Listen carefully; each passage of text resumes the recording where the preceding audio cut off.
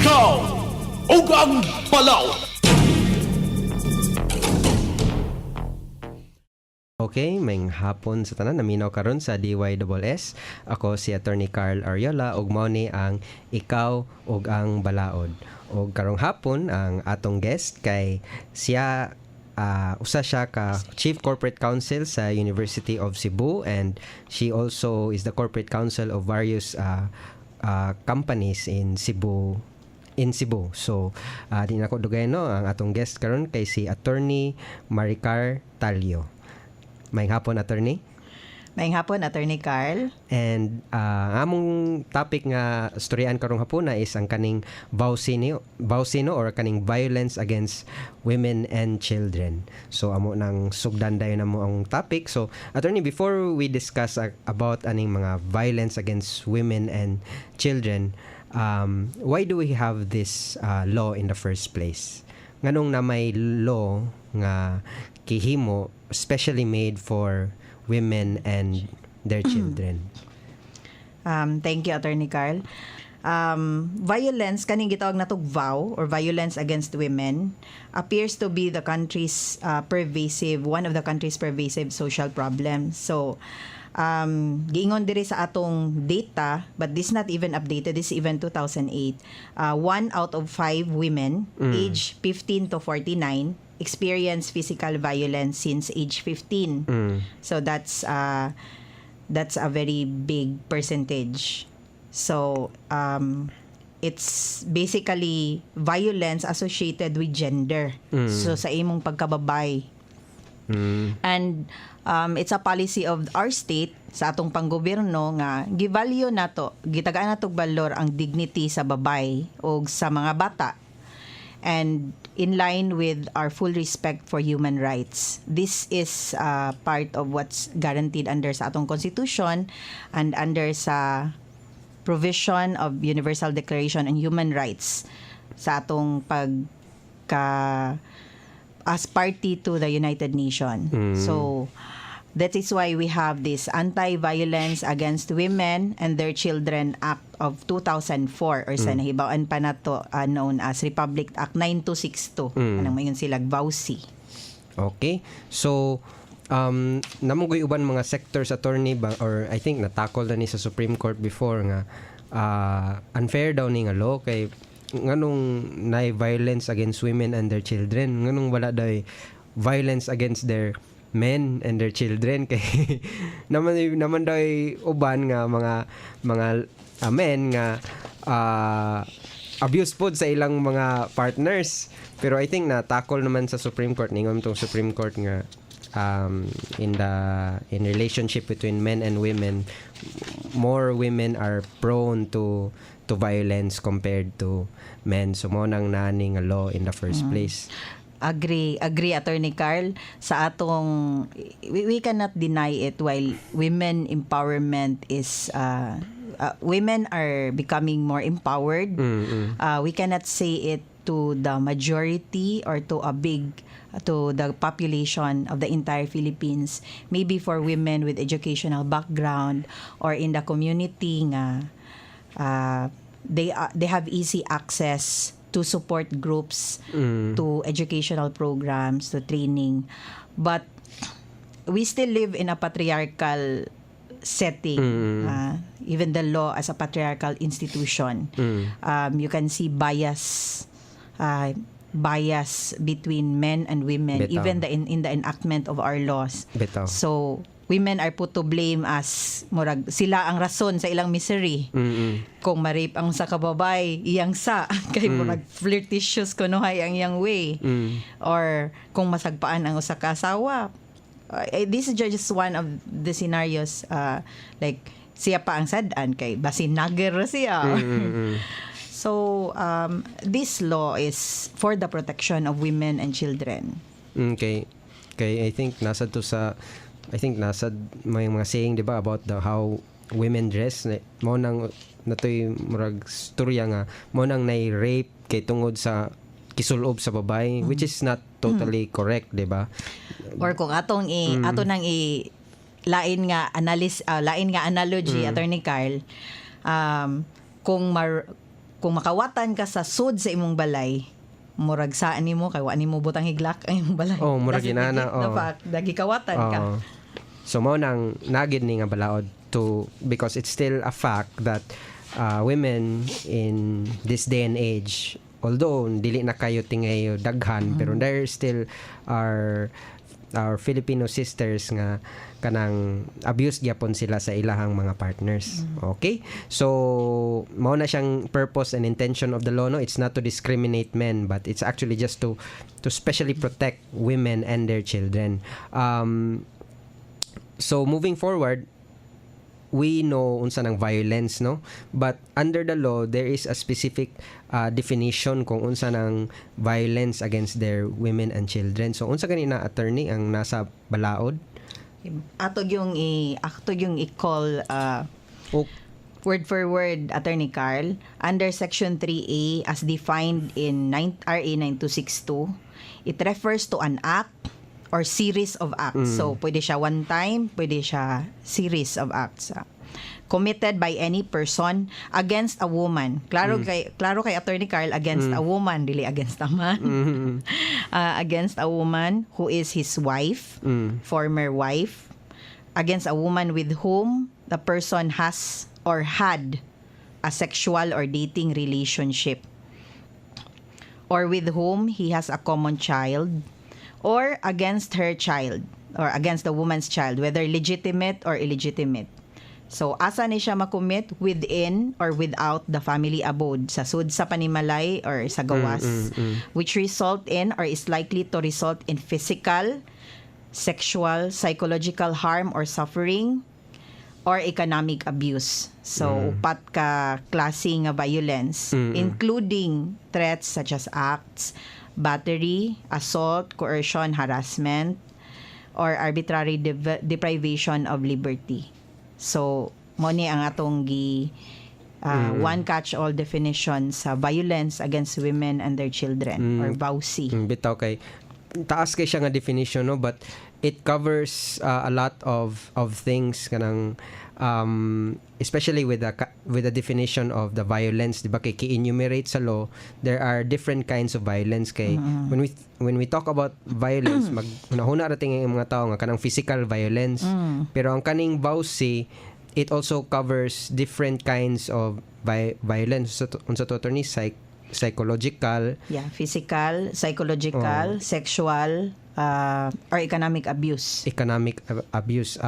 So pwede na nato of course, ang physical violence, klaro nga kanang kung, for example, napatan ka or sukmagon ka, sagpaon ka, that covers physical violence. Pero ang kanang, let's say, kanang emotional kana, or so it's under psychological violence. So any act refers to acts or omission, meaning to say dapat buhaton sa bana or kapuyo ba kaha, pero wa niya buhata, causing or likely to cause mental or emotional suffering of the victim. So like intimidation, harassment, stalking, sunsunuran kasi uyab. So kana mo na siya, bisag wala ka for example physical contact between the male and the female, for example kanang stalking, that's still covered under psychological violence. Kay it will create psychological distress on the part of the woman, no? Mental. So anything that would cause emotional distress sa usa ka babae or psychological covered na din na siya as psychological violence. Pero what if, attorney, ang nag-stalk kay ganahan sa babae, dili na siya psychological violence? Gi-qualify man nato, no, nga na ay dating or sexual or dating relationship. So dapat naa sila'y relationship sa perpetrator or sa offender o sa victim. So mo tong ma-qualify as a punishable act under sa 9262 nga dapat wife, former wife, or naa siya'y sexual or dating relationship Mm. with the victim. So For example, example. ikaw magsunod-sunod ikaw yun no. Ikaw na kay babaeng makakaila gisunsunuran nimo dila nato pwede na sa RA 9262 pero pwede siguro kaana og pwede ka na siguro kaana og stalking. Lain siguro lain nga criminal penal offense. Yes. Pero kanang interesting kay ng sexual or dating relationship no kay sa definition sa violence against women and their children kiklaro gyud nga pwede wife, former wife or any person nga under kung nakay sexual or dating relationship. So kaning sexual basta for example one time or kaning nalang mo sexual contact for one time pwede na day na ma-covered under VAUSI. Unsa na may coverage ron sa sexual relationship. Attorney Carl.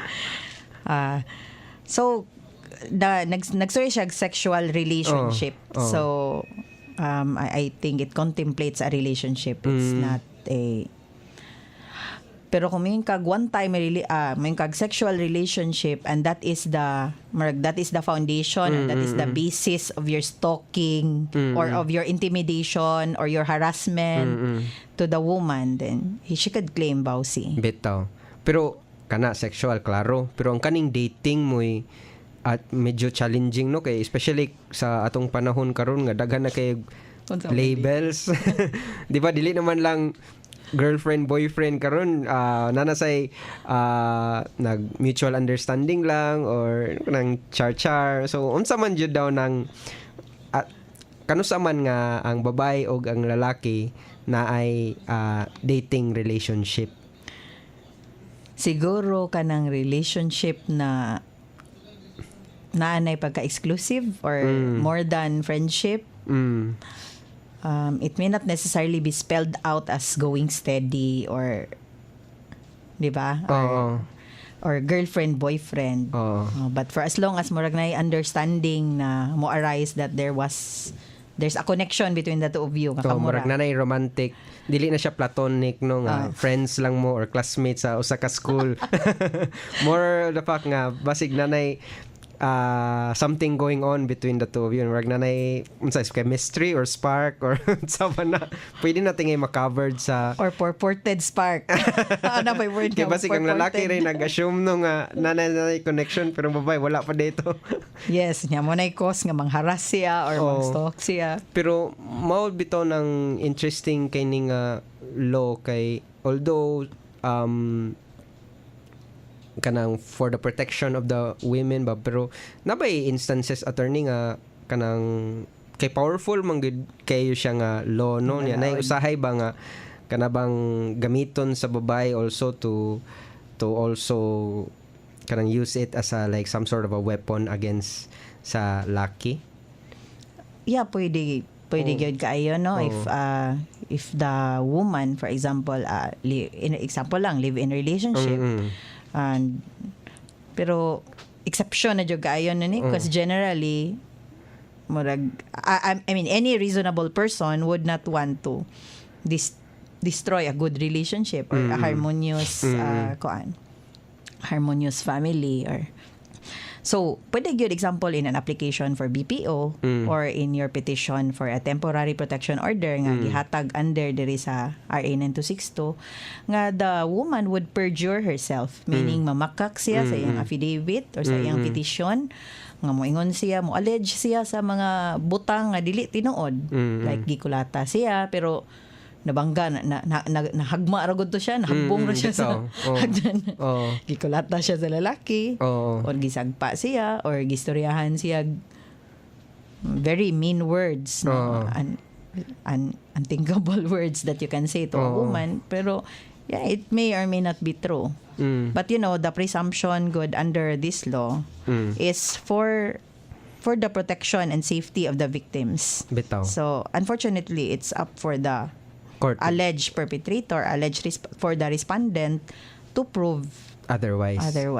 Bitaw. Prove his innocence. Kay especially kanang psychological or emotional abuse, di ba? Kay ang physical mong good kay maklaro ba, Klaro, no? na Maklaro. ebidensya. Okay. Ma-present, ma-examine sa doktor nga nadyo'y physical manifestation of violence. Pero ang kanang emotional or psychological violence mo nang kind of tricky, di ba? Kay lahi baya ang pag-receive sa usa ka babay sa unsay kisulti sa lalaki, like nay uban nga, for example, kung nalay kisulting bati ang usa ka lalaki, ang usa ka babae nay uban nga matolerate ra nila. So kana attorney medyo challenging sa na siya, no? So mo nang unsa may imong advice sad sa mga men in general, especially kadong live-in, no? Ang kanang live-in partnership or live-in relationship covered sa na siya ana nga Yes, covered sa nato. Nga under sa VAUSI, no? Pero unsa man ang imong mas ma-advise sa mga lalaki in general when it comes to these kinds of violence para ma-protected sila ba from their partners if against aning VAUSI? Di kita ka story ag hard and fast rule, Attorney Carl, no? Kay mura siya kanang different facts apply to different circumstances.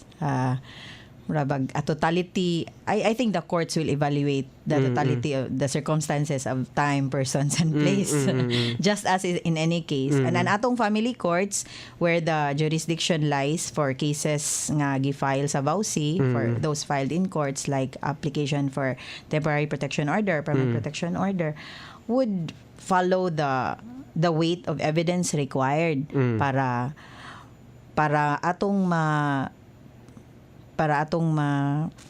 makonbikto or atong ma-punish ang mga perpetrator. And also there's always muna di mo yung ko depende gyud sa facts, but there are evidence required, pieces of evidence required or essential also for the successful prosecution. Gusto man ganing kamo prosecute or gusto man gyud ganing kamo mupagawas sa imong protection order nga gi-apply, or like for example for physical abuse, kinahanglan man ka sa medical certificate, which ang ato sang mga ahensya sa gobyerno like public health center or ang mga public health center are required to give, especially to our indigent litigants, free of charge. So for psychological abuse, we also have for example here in Cebu City, we have the Pink Center, or nasa Vicente Soto, where a woman could undergo psychological assessment. And then i-interview siya sa psychologist. There's a process there inside the Pink Center. I-intake nila na sila gathering of facts. Then there's a social worker nga mo interview nimo. Then interviewon pa gyud ka sa psychologist. And in the process of that interview, they would have always a way of knowing if the woman lied or the story add up. If is coherent, yeah, or it's coherent. If mo make sense ba siya. Yes, if nag-suffer ba ang babae og battered woman syndrome, kay sige na nigikulata. Or makaingon ba ka nga psychologically there's really something wrong already with the woman, and of course who could be another person perpetrating that if not the person he alleged to be the perpetrator. Nasa under the law, attorney, no, ang kaning unsa ning mga different kinds of violence against their acts of violence against their women and their children. So pwede na nato matakol, attorney. Sige, yes, Attorney Carl. Section 5 is very specific unsa ning mga crimes of violence against women and their children. So giunsa ni siya pag commit sa usa ka perpetrator, be it bana or uyab nga ka-date or nag-date lang. So number 1, like causing physical harm to the woman or her child. Gisagpa nimo, kulata nimo, gituod nimo sa hagdanan, gipasuan nimo, or threatening to cause the woman or her children, even threatening. Mere threat. For Yes. example, kanang patyon tika or kulatahon tika or Yes. covered na siya. Yes, and attempting to cause the woman or her child physical harm, even though wala pa nimo gibuhat, but you're attempting already to do it. Attempt nimo siya sumbag. Although example, wala nimo nadayon og sumbag for other reasons, no, other than your desistance, placing the woman or her child in fear of imminent physical harm. Padesa na siya. Kani siya nga mga, or inflicting or threatening to inflict physical harm on oneself for the purpose of controlling sa aksyon sa asawa. Ganahan mo, layas ang asawa, kay gikapoy na siya sige gulata, o moingon siya nga, sige, maghikog ko kung mulakaw ka. Yan na, ang laki mo ingon na. Hikog ko ron kung mulayas ka. Or in the front sa imong asawa, or imong kapuyo, o mo inom kag sleeping pills nga daghan kayo kay para dili siya mulakaw. So that's, if convicted under our laws, that's criminalized, and that's punishable by arresto mayor, meaning to say 1 month and 1 day to 6 months. Another is like attempting to compel or compelling the woman to engage in conduct nga pwede unta siya mo balibad or pwede unta siya dili mo buhat. Like for example, i-threaten nimo or i-deprive nimo siya sa custody sa iyang mga anak. Ang babae, imong kwaon taguan ang mga bata niya. Or i-deprive nimo siya og financial support, that is economic abuse. Due to her. Supposedly, tagaan mo siya 30,000 ang buwan, but tungod kay para i-control ni mo iyang action, o di mo siya tagaan sa iyang support due to her and the children. Or, maskin tagaan mo, pero insufficient. Meaning to say, dili sakto. Let's say, matagaan lang mo 1,000 a week. Kung sa man 1,000 a week, na upat ka anak sa kababay. Or preventing the woman from engaging in her profession, occupation, business, or activity. So, dili ni mo patrabahon, dili mo pagawson sa balay. School teacher unta, di na lang noon makaadto sa eskwelahan. Mataktak na noon sa trabaho tungod kay wa ni mo pagawasa. Controlling her money, you are taking her ATM. Or naamoy mga sakyanan, but di mo siya pagamiton sa sakyanan just for the purpose of controlling her actions. So kani siya is punishable by presyon correctional, meaning to say 6 months and 1 day to 6 years in the maximum. Pwede sad kaning mga actions that cause emotional and psychological distress to the woman, like atong gistoryahan ganina nga stalking, lingering outside the residence of the woman, so nag-atang ka dito sa gawas, and as a result the woman fears for her safety and security. Or you enter in the dwelling sa babay, sa iyang balay, gisod nimo against her will, wa kapasudla. Destroying the property or personal belongings. So bunala ni mugbat ang iyang ang iyang sakyanan or ang iyang window, or any other form of harassment or violence. Or the worst na wala siguro dili aware, or I don't know, aware atong mga kalalakinan nga ginabuhat nila is when they do any other acts that cause mental or emotional anguish sa babay, like ilang i-public ridicule.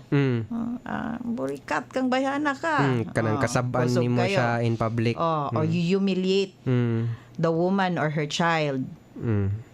Kana repeated verbal and emotional abuse. Sasad na. Kani siya dako ning mga prison mayor gini siya 6 years and 1 day to 12 years if you are punished under the law. So daghan na to attorney, no, especially kanong verbal. So unsa may mga verbal abuse sa murag example karon sa laki sa usa ka babae, like for example kanang moingon ang laki nga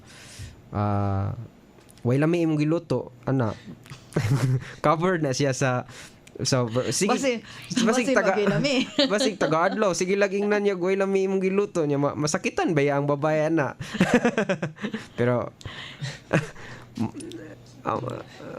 basin kanang kung pirmi lang yun nimo binuangan, pirmi ba o kana sungugon nimo niya murag sobra na ba, basig ma-cover na siya sa verbal abuse. Kana bitaw makahilak na nga kanang sungog ba nga to the point nga mapuno na bitaw ang usa ka babae. So makita gyud nimo sa under sa definition sa psychological violence. Kung makita man nimo sa tibuok context sa action sa lalaki, no, kung capable ang lalaki mo ingon sa nga wani lami sige imong niluto. I think it should be coupled with also other acts that would manifest the intention that he really intended to cause psychological violence on the woman. Basig ba nga marabag the man is coming from a place of anger bitaw nga murag tanan na lang buhaton sa babae ba.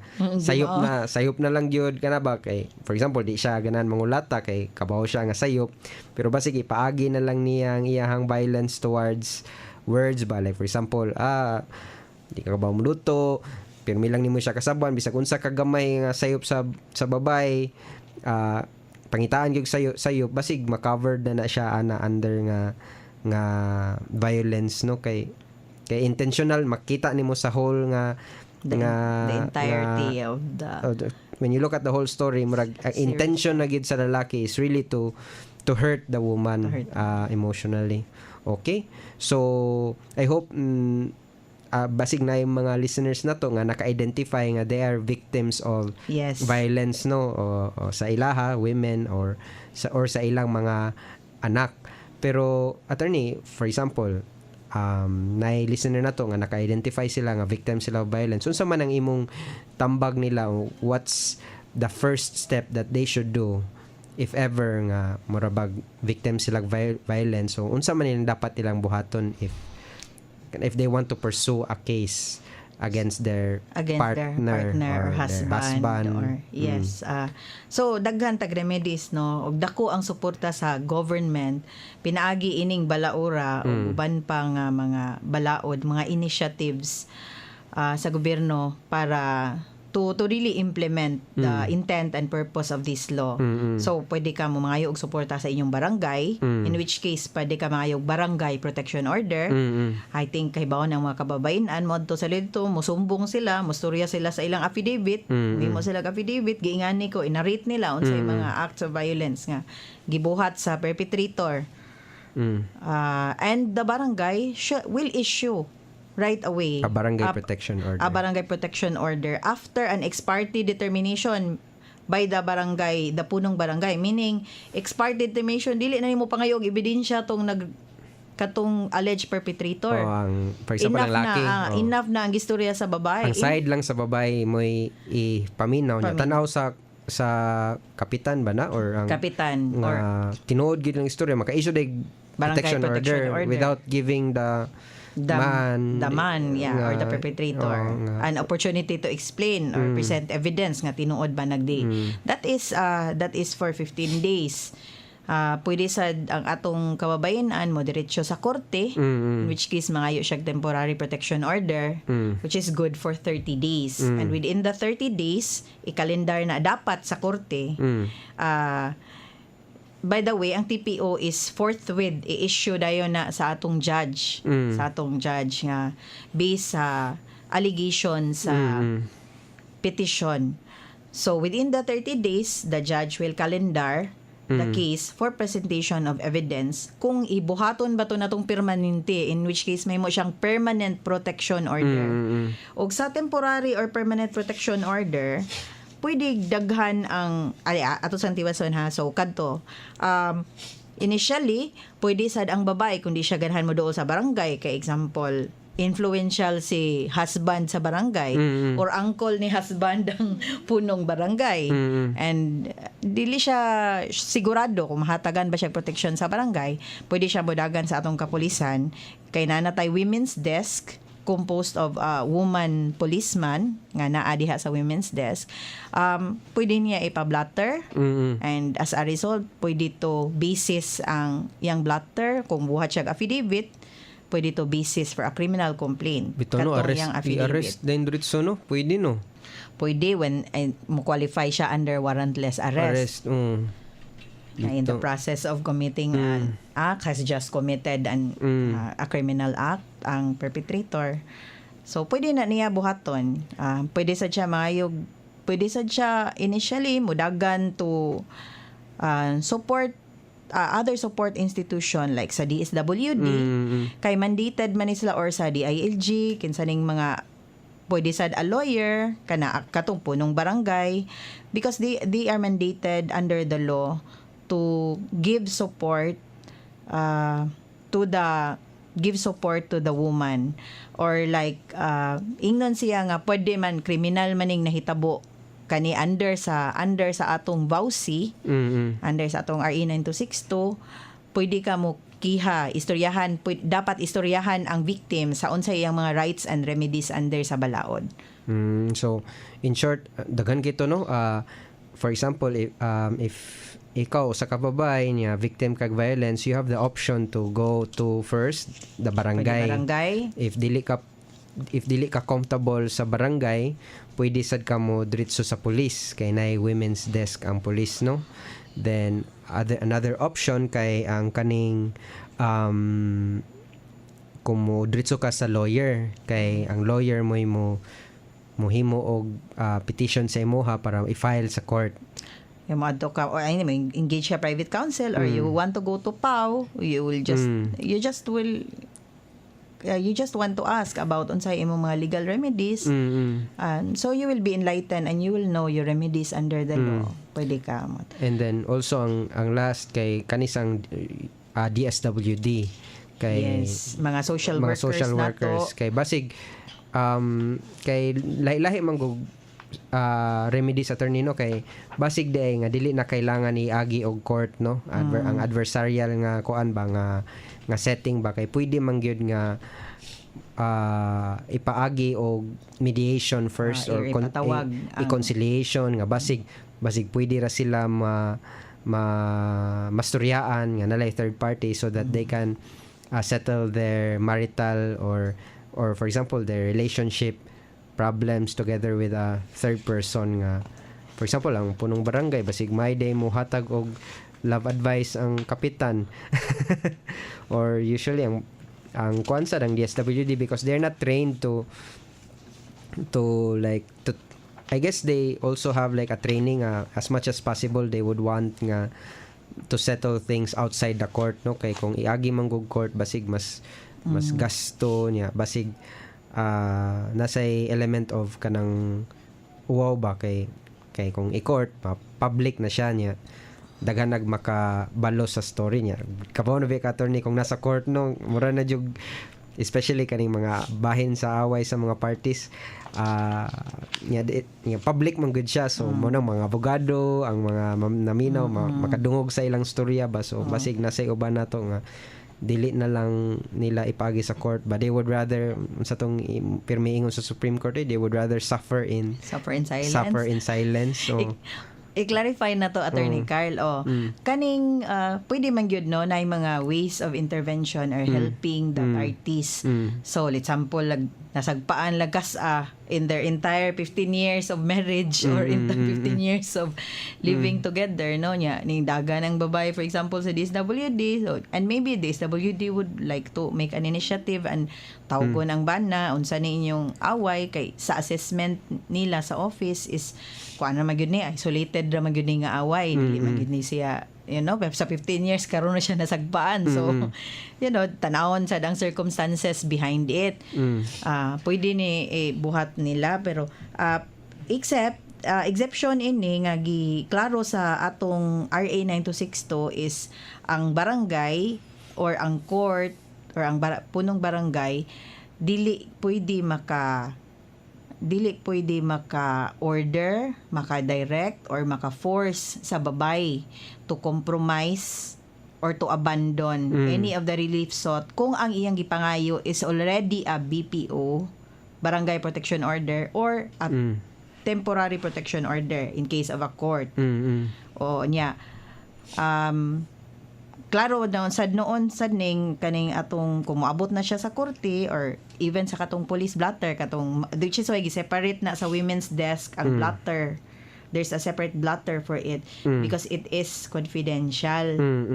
Pwede mahimong naay liability nga gimugna sa atong balaod sa 9262 if ever dili ma-take charge ang confidentiality sa proceedings or sa pangapangan sa parties or mga circumstances. So mo nang di kita kadungog nga, you know, si kuan file og ning-file og blotter because they're bound of the confidentiality. Yes. Like instruction under the law nga dapat when it comes to matters concerning RA 9262 or violence against women and their children, it must be confidential. Okay. Last na lang ni nga question, Attorney, no, kay hapit na tong oras, kay nakabuhi man gud tag kaning term nga barangay protection order o temporary protection order. Kung naa ka ana, Attorney, unsa day ang kuan ana effect ana if na-issuehan ang usa ka babay sa barangay or sa court og protection order? I think sa akong nainhumduman murag the instruction is kanang kung naay order mo maintain og some minimum maximum distance ang usa ka laki, no, sa woman and their children, no. Agree, Carl. That is one of the reliefs. Ang protection order is remedy ni siya under the sa VAUSI RA 9262 for the purpose of preventing further acts of violence against the woman. Mauna nga it's our way of safeguarding the victim para makakontinue sad siya sa iyang day-to-day life without any threat. So inaana ka powerful ang protection order. So daghan kag pwede pa ngayon sa protection order. O sana tong imong giingon, no, nga you maintain a certain distance away from the petitioner. Kani nangayo sa protection order, mo na siya ang petitioner. So pwede ang court mo ingon nga i-prohibit niya ang respondent, ang katong perpetrator, from threatening or to commit or committing unsa tong mga violent acts nga iyang ginabuhat sa babay.